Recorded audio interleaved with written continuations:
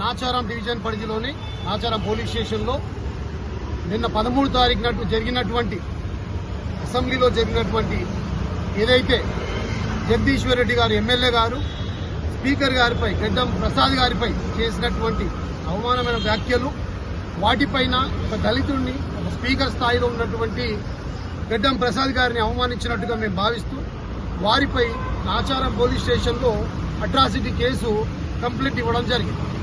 అయితే ఈ సందర్భంలో నేనేం చెప్తున్నానంటే మిత్రమా, ప్రతిసారి కూడా BRS party KCR cone company దళితుల్ని అవమానపరుస్తూనే ఉంది. గతంలో మీరు 10 సంవత్సరాలను గమనించినట్టయితే సిరిసిల్ల ప్రాంతంలో మొదలై సిరిసిల్లాలో లారీ ధ్వంసం కేసులో దళితులు నిరికించి వారిపై లారీలు ఎక్కించి వారిపై కేసులు పెట్టించి వారికి 3rd డిగ్రీ యూజ్ చేసి వాళ్ళని జైలు పాలు చేసినప్పుడు ఘన చరిత్ర కేటీఆర్ గారు. దళితుల్ని అవమానపరుస్తూనే ఉంటారు. అదే రకంగా కేసీఆర్ గారు అదే కేసులో మా ఎవరైతే భారతదేశానికే జాతికే తలమానికైనటువంటి మా గొప్ప నాయకుడు బాబు జగజీవన్ రామ్ గారి కూతురు మాజీ లోక్సభ స్పీకర్ పార్లమెంట్ స్పీకర్ అయినటువంటి మీనా కుమారి గారు వారిని పరామర్శించడానికి రావడం వచ్చిన సందర్భంలో వారిని కూడా అవమానపరచడం జరిగింది. అదేవిధంగా మీరు చూసుకున్నట్టయితే సిరిసిల్లది అయిపోయింది, మీనా కుమారిని కానీ అవమానపరిచినారు. అదే మాదిరిగా ఏదైతే శ్రీనివాస్ గౌడ్ గారు మహబూబ్నగర్ జిల్లాలో ఒక బ్యాటరీ కంపెనీ విషయంలో దళితులు దరిద్రులని అవమానపరిచిన చరిత్ర కూడా కేసీఆర్ గారిదే.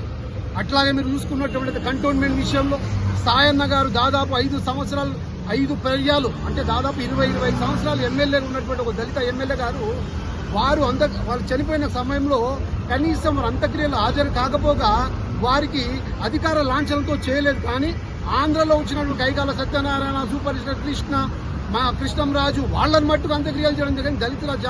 దళిత జాతి ఆనిముత్యమైనటువంటి సాయన్న గారి అంత్యక్రియలు కూడా అధికారిగా చేయలేదు.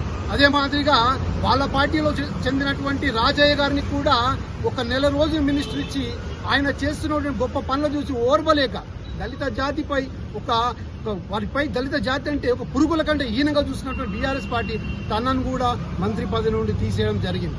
అదే రకంగా మీరు చూస్తూ పోతుంటే నిన్న అసెంబ్లీలో కూడా ఒక రాజ్యాంగబద్ధంగా ఒక ప్రజాస్వామ్యబద్ధంగా ఒక పార్లమెంటరీ సెక్షన్ గా గవర్నర్ వ్యవస్థను గౌరవించారు, పార్లమెంటరీ వ్యవస్థను గౌరవించారు, రాజ్యాంగాన్ని గౌరవించారు.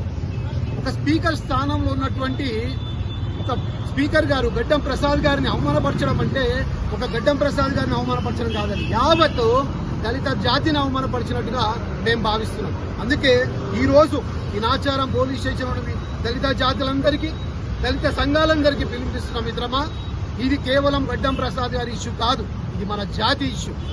ఒక చిన్న కాకికే మనకే కాకులను ఏకమైతాయి. అది గమనించి ఈ రోజు గడ్డం ప్రసాద్ అనే అవమానం అంత ఇంత కాదు. ఈ రోజు కేసీఆర్ ఒక ఇలబడే పరిస్థితి, ఒక స్పీకర్ స్థానంలో నిలబెట్టి కాంగ్రెస్ పార్టీ తనను అవమానపరిచినటువంటి బీఆర్ఎస్ పార్టీకి తగిన బుద్ధి ఈ యొక్క పార్టీలందరూ ఏదైతే బీఆర్ఎస్ పార్టీకి ప్రత్యేకంగా దళిత సంఘాలు బుద్ధి చెప్పాల్సిన అవసరం ఉంది. నేను మరొకసారి అందరికీ విజ్ఞప్తి చేస్తున్నా, ఇది కేవలం గడ్డం ప్రసాద్ గారి అంశం కాదు, ఇది దళిత జాతి ఆత్మ గౌరవానికి సంబంధించిన అంశం. కాబట్టి ఖచ్చితంగా మనందరం ఈ యొక్క అంశాన్ని లేవనెత్తి బీఆర్ఎస్ పార్టీ అనుకో కేసీఆర్ జగదీశ్వర్ రెడ్డి అందరు కూడా ప్రసాద్ గారిని దళిత జాతిని క్షమాపణలు అడిగిందాక ఇడవద్దని చెప్తూ ఈ సందర్భంగా మీడియా మిత్రులు కూడా మీ మీడియా మిత్రులకు కూడా చిన్న ఒక విజ్ఞప్తి చేస్తున్న మిత్రులారా, దయచేసి ఈ యొక్క విషయానికి ఇక్కడ కాపకుండా ఈ క్షేత్రస్థాయికి తీసుకెళ్లాల్సిన బాధ్యత మీ పైన కూడా ఉంది. కాబట్టి మిమ్మల్ని కూడా విజ్ఞప్తి చేస్తూ సెలవు చేసుకుంటాం.